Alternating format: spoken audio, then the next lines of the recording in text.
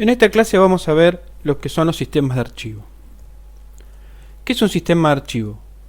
Según la definición, un sistema de archivo es la unión de los métodos y las estructuras de datos que un sistema operativo utiliza para seguir la composición de los archivos en un disco o partición de este, es decir, la manera en que se organizan los archivos en el disco. En resumen, lo que estamos diciendo es que un sistema de archivos es la forma en que un sistema operativo entiende cómo está almacenada la información en el sistema de almacenamiento, sea este un disco rígido o un disco SSD o un pendrive o incluso un CD o un DVD, para encontrar la manera de recuperar esa información o de poder guardar información nueva en el caso de que lo requiera. La mayoría de los programas trabajan sobre un sistema de archivos, es decir, se afirman o se apoyan en el sistema operativo o en el sistema de archivos que maneja el sistema operativo para poder leer o guardar información. Y por lo tanto no van a utilizar una partición que no contenga uno o que contenga un sistema de archivos de un tipo equivocado. Es decir, que si nosotros tenemos un sistema operativo, por ejemplo Windows, que no entiende un sistema Linux, un sistema de almacenamiento de disco, un Extend 3, un Extend 4, no lo entiende, entonces no va a entender lo que hay ahí y no va a poder leer o grabar absolutamente nada. Decimos la mayoría de los programas porque hay programas específicos que generan su propio sistema de archivos y en función de eso trabajan sobre él. Hay algunos que son muy específicos y por eso entonces utilizan no un sistema de archivo estándar sino uno propio para mejorar la performance de entrada-salida, o sea, de lectura y escritura de esa información en el disco, o bien para administrarlo bajo alguna necesidad que tenga. Antes de que un disco o una partición sea utilizada por un sistema de archivo, necesita ser iniciada y la estructura de datos debe escribirse en el disco. Este proceso se denomina construir un sistema de archivos. Vamos a ver algunos sistemas, un poquito de historia de algunos sistemas de archivos que fueron haciendo el camino de lo que hoy tenemos y que actualmente son soportados por Linux.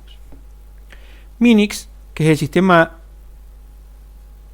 de archivos más antiguo y supuestamente el más fiable, pero también muy limitado en características, ya que algunas marcas de tiempo se perdían. Tenía 30 caracteres de longitud máxima para los nombres de los archivos y estaba restringido en su capacidad a 64 megabytes de tamaño máximo por sistema de archivos. Es decir, para la época estaba bien, pero con la cantidad de almacenamiento que tenemos hoy, es obviamente que es muy limitado. Después hay un sistema que se llama Xia, una versión modificada del sistema Minix, que eleva los límites de los nombres de los archivos y el tamaño total del sistema de archivos, pero por otro lado no introduce características nuevas. No fue muy popular y no se ha verificado que funcione muy bien. Ext2 o Extend 2, sistema de archivo nativo de Linux, posee la mayor cantidad de características y está diseñado para ser compatibles con diseños futuros. Las nuevas versiones del código del sistema de archivos no necesitará rehacer los sistemas de archivos existentes. Fíjense que ha avanzado, que en vez de hacer una compatibilidad hacia atrás, lo que está haciendo es una compatibilidad hacia adelante, es decir, pensó un sistema de manera tal de que nuevos formatos pudieran ser aplicados sin tener que reformatear los discos. Extend 3, que es el heredero natural de Extend 2, posee todas las propiedades del sistema Extend 2 y se ha añadido el concepto de bitácora. Esto mejora el rendimiento y el tiempo de recuperación en el caso de una caída de sistema y se ha vuelto el sistema más popular en Linux, aún que el Extend 2. El concepto de bitácora es como una transacción o un log de transacciones, es decir, que va almacenando todo lo que se está haciendo, todo lo que se está modificando en el disco. De esta manera, si hay una caída durante el proceso, cuando se inicia, es posible recuperar todo aquello que está a medio hacer. Todo aquello que estaba a medio escribir se puede dejar en el estado inicial, o se puede recuperar y completar la transacción, es decir, completar el grabado, o bien aquello que se estaba procesando, recuperarlo o descartarlo. El Extend 4, que es el sistema de archivo capaz de trabajar con volúmenes de gran tamaño, hasta 1 exabyte, y ficheros de tamaño de hasta 16 terabytes. Es decir que un solo archivo podría ocupar hasta 16 terabytes. Introduce el concepto de extend, que reemplaza al tradicional esquema de bloques usados por los archivos o los sistemas de archivos en Extend 2 y 3. Un extend es un conjunto de bloques físicos contiguos, mejorando el rendimiento al trabajar con ficheros de gran tamaño y reduciendo la fragmentación. Un extend es capaz de mapear hasta 128 MB de espacio contiguo con un tamaño de bloque igual a 4K. Es decir, que nosotros vimos que teníamos el concepto de sector a nivel de físico de disco, luego el concepto de bloque, que es decir que uníamos varios sectores, considerando que un sector es de 512 bytes. Para llegar a 4K necesitamos unir 8 sectores contiguos. Bien, a partir de ahí surge en este modelo, en el Extend 4, el concepto de extend. El extend entonces lo que dice es que puede tener hasta 128 MB de espacio contiguo con un tamaño de bloque igual a 4K. Entonces, ya cuando se arma el sistema de archivo, vamos a estar diciéndole que tiene un sistema de bloque de 4K y que vamos a poder tener extend. Ya, obviamente, si vamos a ponerle extend, van a ser múltiplos de 4K. Es decir, no vamos a poner extend de 4K, sino que ya vamos a tener que hacer mucho más grandes. ZFS, sistema de archivo desarrollado por Sun Microsystems para Solaris y que combina lo mejor de un administrador de volúmenes lógicos como LVM con sistemas de archivos comunes como Extend 4, XFS o BTRFS. Tiene capacidad para manejar archivos de gran tamaño utilizando bloques de tamaño variables que se adaptan mejor al espacio en disco, mejorando el rendimiento. Es decir, que en comparación con el Extend 4, lo que hace es tener tamaños de bloque variables. Entonces permite adaptar mejor el espacio de disco, mejorando el rendimiento. Tiene la posibilidad de crear clones o instantáneas de volúmenes de una manera muy eficiente en cuanto a consumo de espacio y rapidez. Es decir, obviamente que si vamos a hacer un clon o una instantánea de una partición o de un espacio de disco, de un volumen en este caso, vamos a requerir la misma cantidad de espacio. Lo interesante acá es que también lo hace con una efectividad en cuanto a su rapidez. ZF ofrece garantías en cuanto a la integridad de los datos e incluye verificación continua para detectar la corrupción de los mismos. Es decir, que constantemente está haciendo proceso de verificación de que los datos están siendo almacenados correctamente y que no sufren degradación luego de ello. Para ello soporta reparación automática y compresión eficiente de datos, no así cifrado nativo del sistema de archivos. Es un sistema de archivos pensado principalmente para servidores y en entornos de virtualización.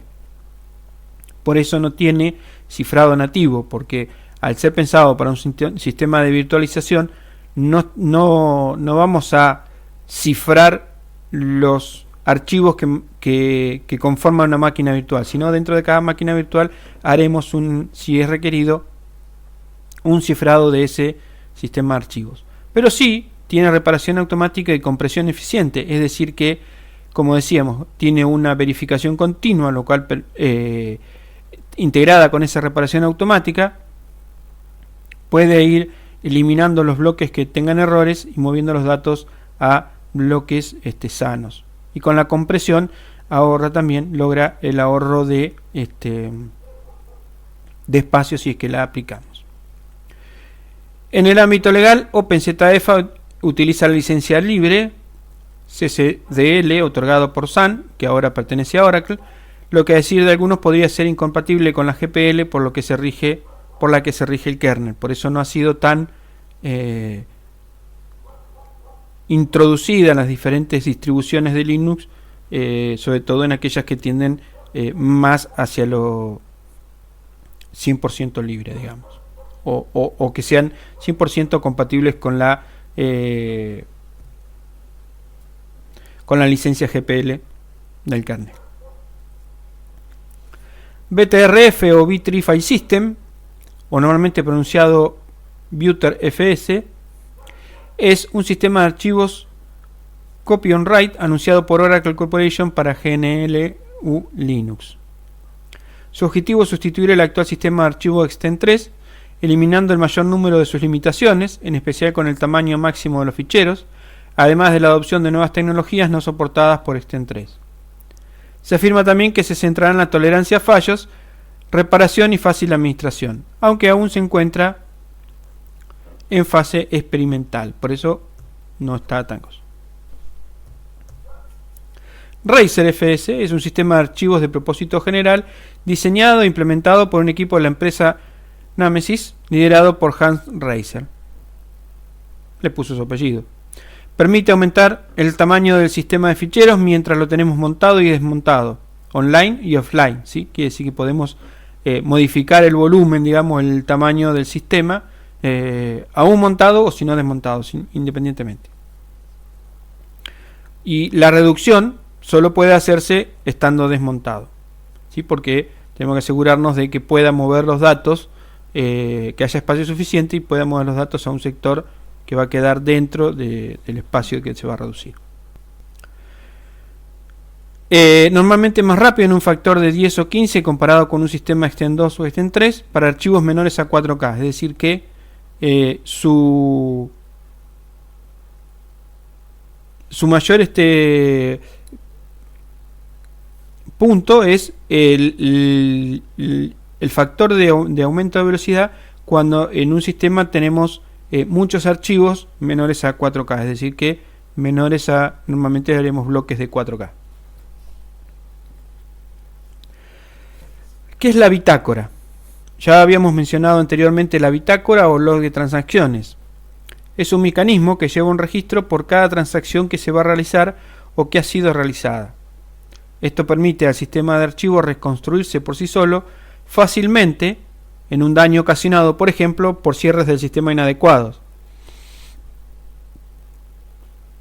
Estos cierres del sistema inadecuado pueden ser en alguna máquina que se cuelga por algún proceso o bien un corte de energía no administrado con un OPS y un sistema de apagado correcto. Este método permite saber qué datos se están agregando, modificando o eliminando y por quién en todo momento. Es decir, que a nivel de sistema de archivos tenemos las mismas herramientas, las mismas metodologías que se utiliza a nivel de base de datos.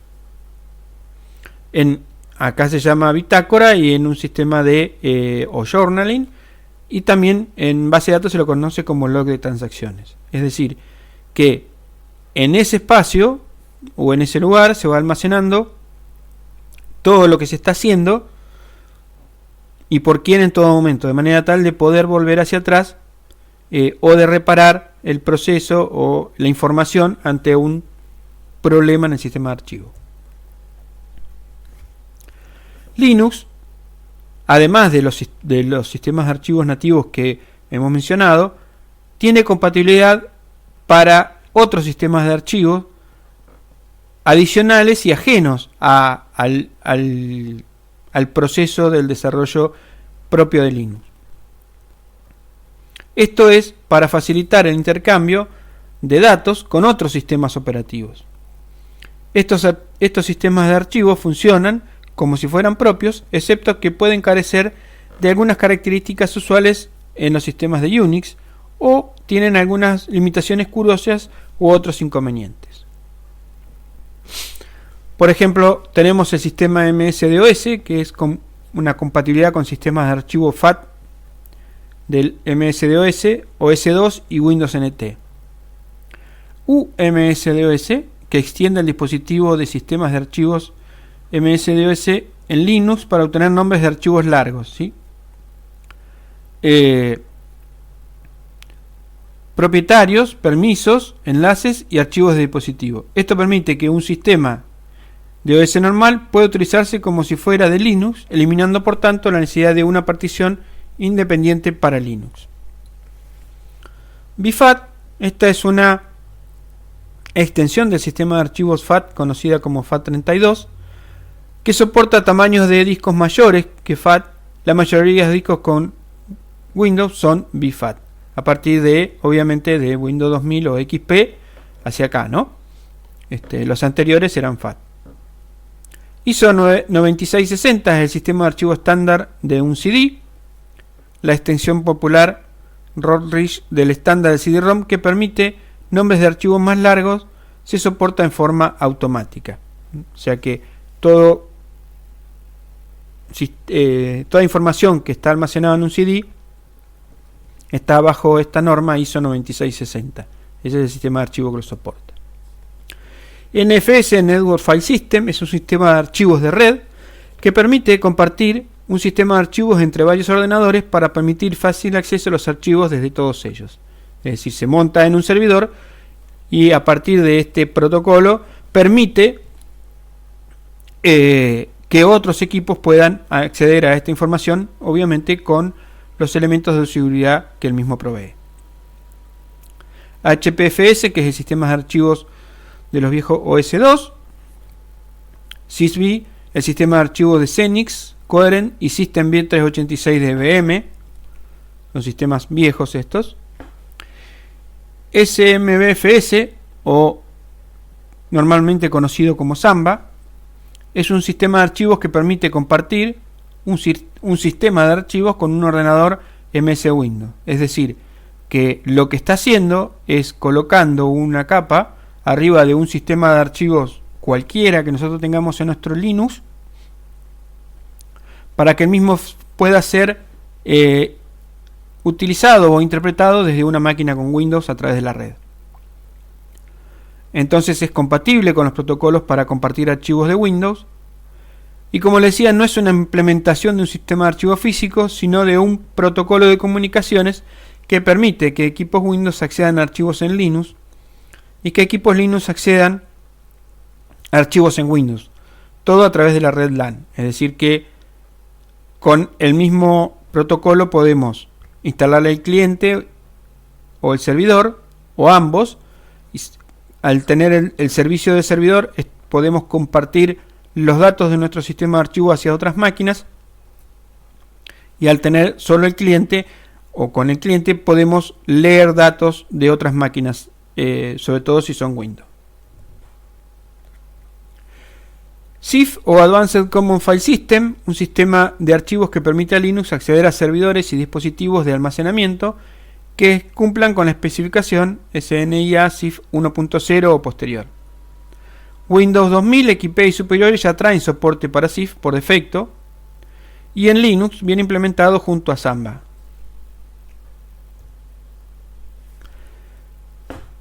¿Qué elección de sistema operativo o cuál es la mejor o el camino para tomar una elección de qué sistema de archivos vamos a utilizar? La elección del sistema de archivos va a depender de la situación en la que nos encontremos.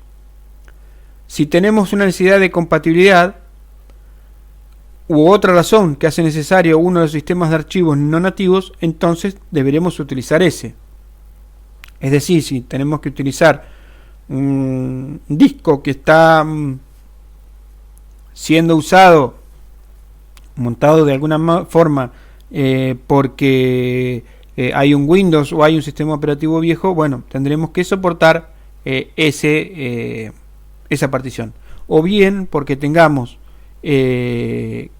que nuestra partición en Linux pueda ser leída desde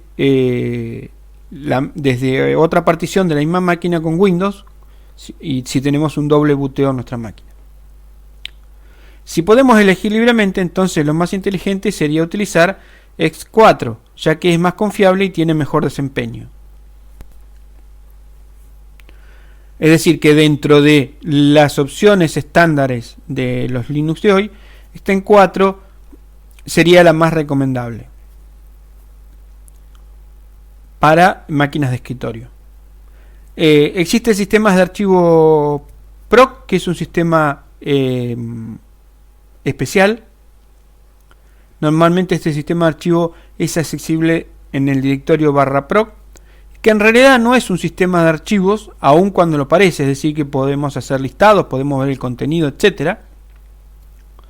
Pero lo que produce este sistema de archivos es facilitar el acceso a ciertas estructuras de datos del núcleo,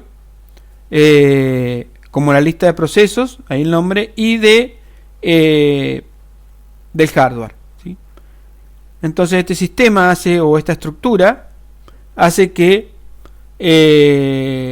los datos parezcan un sistema de archivos y que el sistema de archivos pueda ser manipulado con las herramientas de archivos habituales, ¿sí? Podemos hacer un ls, un cat de los archivos que están ahí, ¿sí? Podemos hacer una serie de acciones sobre el contenido de ese directorio.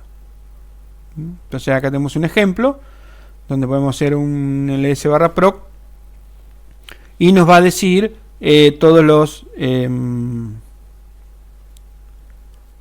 los archivos, cuáles son los permisos, quién es el dueño, quién es el grupo, cuál es el nombre, en este caso, bueno, se llaman, y no, perdón, este es el nombre, ¿sí? De qué fecha, etcétera, y acá tenemos el nombre del archivo. Es importante tener en cuenta que si bien lo llamamos sistema de archivo, ninguna parte de este sistema de archivo PROC se escribe en el disco, ¿sí? Es decir, que tan solo existe en memoria y lo que se llama en la imaginación del núcleo. Es decir, el kernel del sistema operativo nos lo pone a disposición como si fuese una parte más del sistema de archivos, pero en realidad solo está almacenado en la memoria y nunca llega a estar escrito en el disco. Principalmente porque esta información es dinámica, es decir, que constantemente está cambiando, por lo que, por ejemplo, los procesos, la cantidad de recursos que utilizan, etcétera, por lo que sería sumamente costoso escribirla en el disco.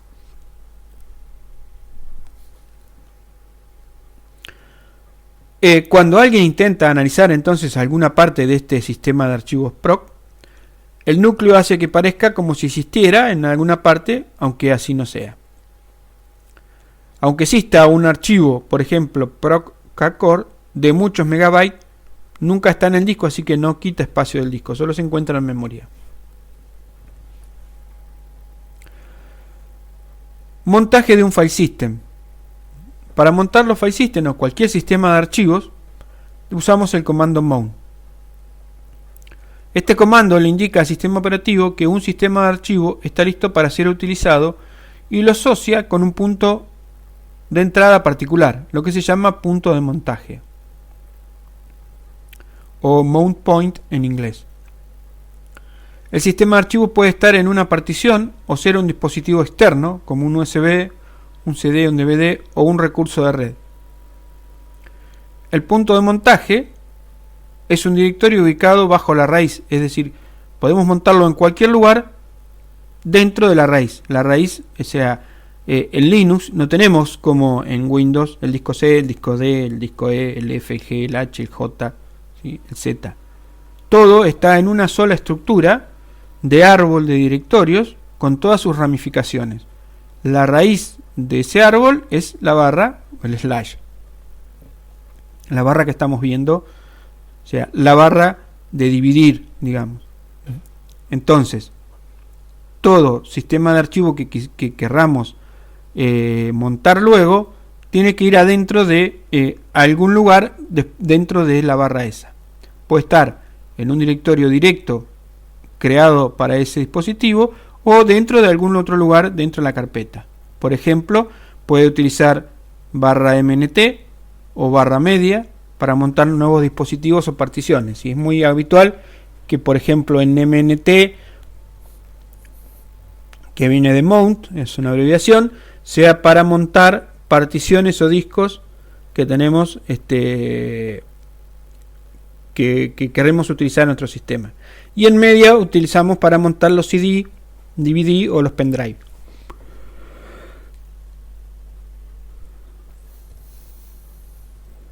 El comando mount entonces lleva un parámetro que me dice qué tipo de dispositivo es el que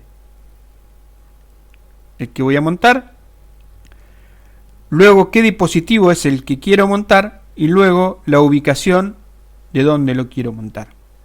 Y finalmente un conjunto de opciones que pueden variar de acuerdo al sistema de archivo que estamos montando y que pueden incluir incluso usuario y contraseña o parámetros de qué debe hacer en caso de fallas. Entonces, mount, primer parámetro es "-t", que va a decir el tipo que debemos montar, si va a ser un extend 2, un extend 3, un BFAT, ¿sí? O lo que nosotros querramos. Podemos usar auto para que intente identificar por sí mismo cuál es el sistema o el tipo de sistema de archivo que tiene ese dispositivo. Luego viene el nombre del dispositivo. Recuerden que todos los dispositivos de nuestro equipo arrancan en /dev y luego va el nombre del disco y finalmente el número de partición que queremos montar. Es decir, recuerden que un dispositivo finalmente está compuesto por /dev, nombre del disco, /dev, nombre del disco y el número de la partición. Entonces sería /dev, /sda1 o /dev, /sda5, etcétera. ¿Y dónde lo queremos montar? Entonces, el último parámetro es decir el directorio donde en mnt, por ejemplo, /windows o en /mnt /datos. Tenemos que tener en cuenta que esta última carpeta, por ejemplo en este ejemplo que estamos poniendo, Windows o datos, deben estar creadas para que el montaje se lleve a cabo. Si no existen, no lo va a crear, así que no nos va a dar, nos va a dar error, nos va a dar posibilidad de que se monte. En algunos casos podemos montar discos o carpetas compartidas en otro servidor, poniendo en el lugar de dispositivo el recurso de red, es decir, // la dirección IP o el nombre del servidor, el recurso de red compartido el cual queremos montar. Para desmontar un dispositivo, es decir, una vez que ya no lo vamos a usar, utilizamos el comando umount, es decir, el contrario de mount. Umount va el dispositivo o el directorio, es decir, que podemos usar cualquiera de las dos opciones. Podemos poner el dispositivo, es decir, /dev, /sda1 o /dev, /cd-rom, o bien el directorio en donde fue montado. Por ejemplo, /mnt, /windows. Entonces, si en el montaje hicimos, por ejemplo, como el primer ejemplo, mount-t bfat /dev, /sda1 montado en mnt windows, después podemos hacer un mount de /dev, /sda1 o un mount /dev, un mount /mnt, /windows. Como lo que estamos desmontando, cualquiera de las dos opciones nos va a llevar al mismo recurso, así que se va a poder desmontar, siempre y cuando lo hayamos escrito correctamente. Dependiendo de la metodología que utilicemos para realizar el montaje de un sistema de archivos, el mismo se convierte en un montaje temporal o un montaje persistente. El sistema de archivos permanece montado en el caso temporal hasta que lo desmontemos manualmente o hasta que apaguemos el equipo, ¿sí? Lo que suceda primero. O sea, que se va a desmontar cuando hagamos el comando unmount o cuando apaguemos el equipo, va a suceder un desmontaje automático. En el caso de una terminal de escritorio, con un sistema operativo de escritorio, el proceso de desmontaje o de unmount va a suceder también con los dispositivos ópticos, como los CD o los DVD, y con los pendrive. Cuando hacemos un expulsar, va a generar internamente un mount, es decir, primero lo va a desmontar y luego va a abrir la unidad de CD o nos va a permitir quitar el pendrive. Un archivo persistente, un sistema de montaje persistente, un tipo de montaje persistente, el sistema de archivos se va a montar automáticamente cada vez que iniciemos la computadora, aun cuando lo hayamos desmontado manualmente con el comando unmount. Es decir, que de esta manera, cuando lo hacemos persistente, no nos tenemos que preocupar de hacer el montaje la próxima vez que iniciemos una PC, porque ya esa partición, ese dispositivo local o de red, se va a montar automáticamente en el lugar que nosotros le dijimos cada vez que iniciemos el equipo. Para que el montaje sea persistente, se debe incorporar en el archivo de montaje del sistema operativo. Este es en etc/fstab, principalmente en distribuciones Debian, en Red Hat, y eso pueden estar en otro lugar, pero normalmente están en etc/fstab. Dentro de este archivo debemos incorporar una línea por cada partición o sistema de archivo de red que querramos mantener montado. Cada línea de montado debe incluir los siguientes parámetros: el tipo de file system, como ya dijimos, el punto de montaje, el dispositivo, las opciones y después eventualmente el sistema de dump y password si es necesario.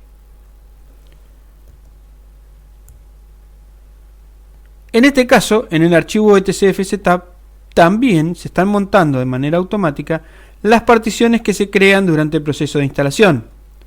Recuerden que cada partición termina viéndose como un dispositivo independiente. Al ser un dispositivo independiente, cuando se crea, el sistema le asigna un Unique ID. Por eso vemos acá a la izquierda que dice UUID y le asigna un número hexadecimal de 38 posiciones para que sea único. Por eso Unique User ID, ¿sí? Entonces, este número no se va a repetir y va a estar en el dispositivo cuando se crea la partición. De esta manera le decimos que el dispositivo que se llama así lo vamos a montar en la barra. Fíjense que este es el primer lugar, ¿sí? La primera partición del sistema se monta como barra, o sea, es la primera. Luego cualquier otra tiene que montarse dentro de esto. Dice acá que es de tipo extend 4 y que en errores, si hay algún error, haga un remount. Y luego tenemos una partición que va a ser para swap, que fíjense que acá en el archivo con un comentario está puesto cuál es el dispositivo y la partición que está que fue creada durante la instalación, como dice acá. Entonces el swap me lo va a poner ya me armó una partición que está en dev SDA5 y que le asignó este número de UID. Y entonces, ¿dónde lo va a montar? En ningún lado, porque es una partición de swap. Las particiones de swap no van adentro del file system, van separadas porque tienen otro formato distinto a todo lo que vimos del sistema de archivos, porque no es un sistema de archivos, es un sistema de paginación. Es decir que el sistema operativo prácticamente va a escribir en crudo sobre la superficie del disco. Entonces dice que el sistema es un sistema es de swap, el sistema de archivo que tiene es de swap, y que bueno, lo hace por software, y los parámetros 0 y 0 que dependen de password y usuario. Entonces, de esta manera, en este archivo etc/fstab, cuando terminamos nosotros de hacer la instalación de nuestro sistema operativo, nos va a estar creando acá una entrada por cada una de las particiones que creamos durante la instalación. y ya va a quedar asignado esto. Luego, si agregamos más unidades de disco a nuestro equipo, vamos a poder obtener esta información y de los nuevos discos e ir agregándolos acá en cada unidad de montaje que nosotros necesitemos. Si lo que necesitamos es instalar un dispositivo o una partición compartida o un repositorio compartido en otro servidor de nuestra red, acá simplemente lo que vamos a poner es // la dirección IP o el nombre del servidor / la carpeta compartida, y después vamos a seguir con el mismo criterio en donde se va a montar. Será en /mnt /servidor 1, por decir algo. ¿Qué tipo de archivo tiene eso? Puede ser un STEM4, puede ser un ZIF, si venimos compartiendo algo a través de Samba, o si es un dispositivo en Windows. ¿Sí? Qué vamos a hacer con el error, etcétera. Y si tiene usuario y clave, lo vamos a colocar a continuación. ¿Cómo es una estructura interna de un sistema de archivos? Los diferentes tipos de sistemas de archivos de Linux en general implementan el esquema de estructura de inodo.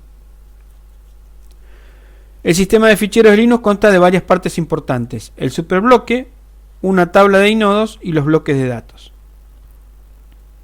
En Linux cada bloque es de 512 bytes o múltiplos de 500. Esto ya lo habíamos visto, es decir que un sector tiene 512 bytes, así que un bloque es un sector o múltiplos de ese sector. 2 sectores, 4 sectores, 8 sectores, etc.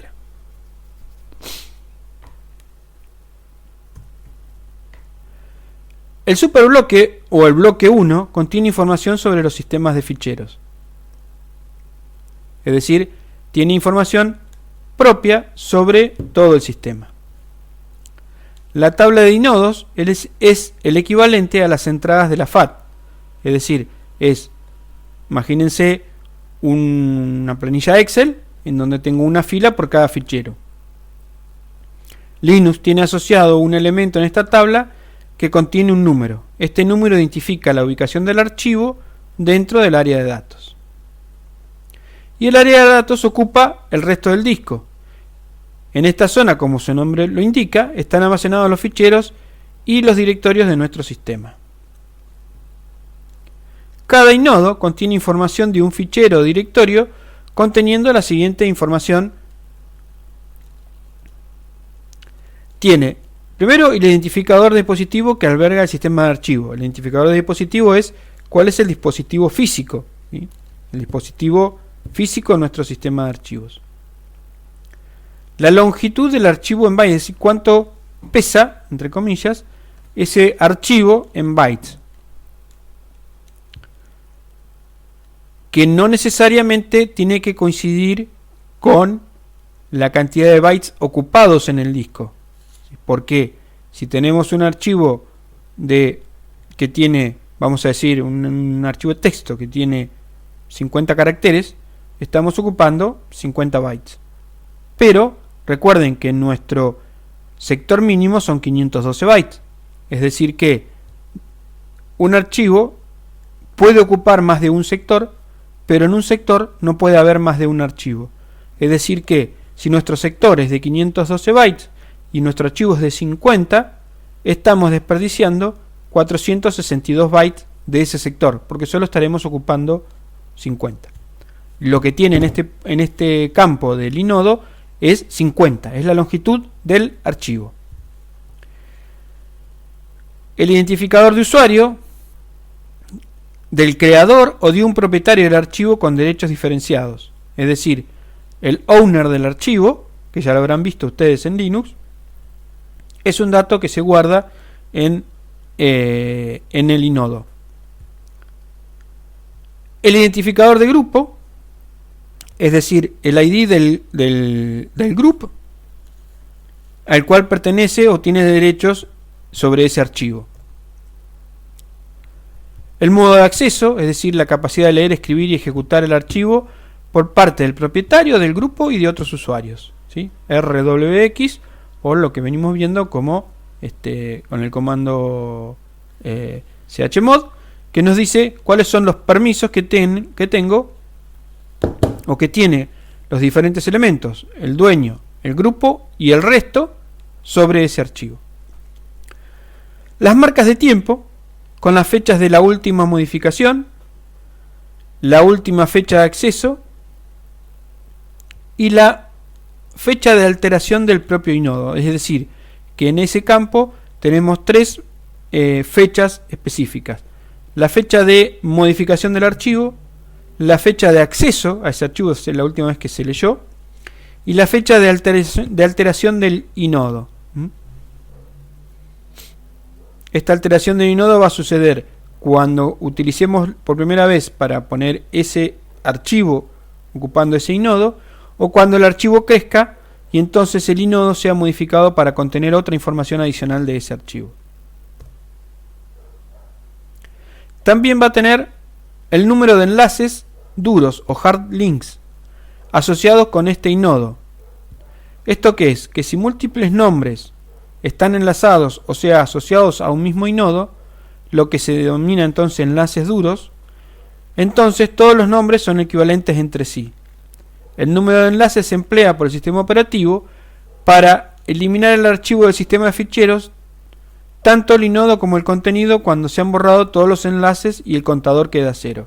Es decir que si nosotros tenemos enlaces o diferentes enlaces dentro de nuestro sistema de archivos a un archivo físico,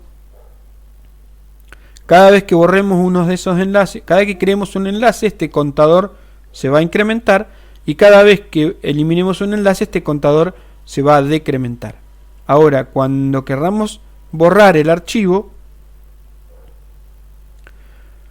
va a permanecer en tanto que tengamos enlaces duros, ¿sí? No se va a eliminar el archivo físico del disco, sino que se va a eliminar uno de sus enlaces y se va a mantener hasta tanto todos los enlaces sean eliminados y el contador quede en cero. Ahí se va a liberar el inodo y todos los nodos de datos que estén asociados a ese archivo. Luego de toda esta información, en el inodo hay una estructura de punteros para direccionar hacia los bloques de datos, es decir, hacia el contenido real del archivo. Esta estructura de punteros está compuesta por 12 punteros directos que apuntan a bloques de datos que contienen datos de ese archivo, es decir, punteros directos. Pueden utilizarse los 12 o menos. Si el archivo tiene una capacidad que va a ocupar más de 12 bloques de datos, entonces aparece un puntero de indirección simple que apunta a un bloque de punteros, los cuales apuntan a bloques de datos del archivo. Podemos verlo acá entonces, o acá mejor, ¿sí? Tenemos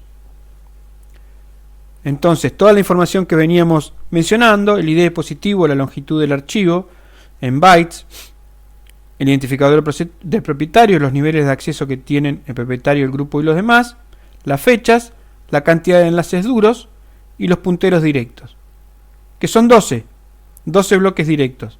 ¿Qué capacidad va a tener este bloque? Bueno, cada bloque va a tener la capacidad que hayamos definido como bloque durante el proceso de formateo del sistema de archivos. Decimos que un bloque es de 512 bytes, quiere decir que 12 bloques va a equivaler a 512 por 12. Ahora, si nosotros dijimos que nuestro serían como 5K, 6K más o menos. Si nosotros decimos que nuestro bloque es de 1K, entonces nosotros 12 bloques serían 12K. Si nosotros decimos que nuestro bloque es de 4K, esto es 48K los 12 bloques. Y así va incrementando de acuerdo a el tamaño de bloque que nosotros hayamos definido. Si esto no alcanzara, entonces sucede la necesidad de tener punteros indirectos. Esto que dice que hay acá una dirección de un bloque dentro del sistema de archivos que tiene almacenada solamente, no tiene información de inodo, solamente tiene direcciones de bloques dentro del sistema de archivos. ¿Cuántas direcciones tiene? Bueno, este bloque tiene 1024 direcciones, ¿sí?, de bloques dentro del sistema de archivos. Acá teníamos 12, acá tenemos 1024. Es decir que Si tenemos un bloque de 1K en 1024, estamos teniendo 1 mega, ¿sí?, de almacenamiento posible en este punto. Si esto no fuera suficiente, tenemos un casillero para punteros indirectos dobles, es decir, que este me va a apuntar a un bloque, que lo que va a tener este bloque son 1024 direcciones de bloques de direcciones. Este va a tener este es un bloque doble, o sea, un bloque se llama puntero indirecto doble, tengo 1 y 2. Entonces, este va a tener 1024 de estos, que son los que vemos acá, 1024 bloques de direcciones de bloques. Es decir, que cada uno de estos va a tener 1024 bloques más. Por consiguiente, tengo este número que me da 1.048.576 bloques. Si tenemos un K, tenemos como un giga y pico, no, un tera. ¿Sí? Cada uno, o sea, 1024 por 1024 me da 1.048.576. Si aún así no fuese suficiente, entonces tenemos por cada inodo un puntero indirecto triple, es decir, que va a apuntar a un bloque que tiene 1024 posiciones y cada una de esas 1024 apunta a uno de estos azules que es de 1024, tiene 1024 posiciones de estos amarillos que a su vez tienen 1024 bloques, lo que da este numerito que tenemos aquí abajo. Entonces, considerando la cantidad de inodos que tiene un sistema de archivos más la cantidad de punteros y bloques que puede manejar cada uno de esos inodos, con la posibilidad de tener bloques de tamaños mayores a un sector en el momento de que armamos el sistema de archivos, estaríamos teniendo la capacidad de tener sistemas de archivo virtualmente inmensos, es decir, casi infinitos, ¿sí? Porque lo único que tenemos que hacer a partir de este número de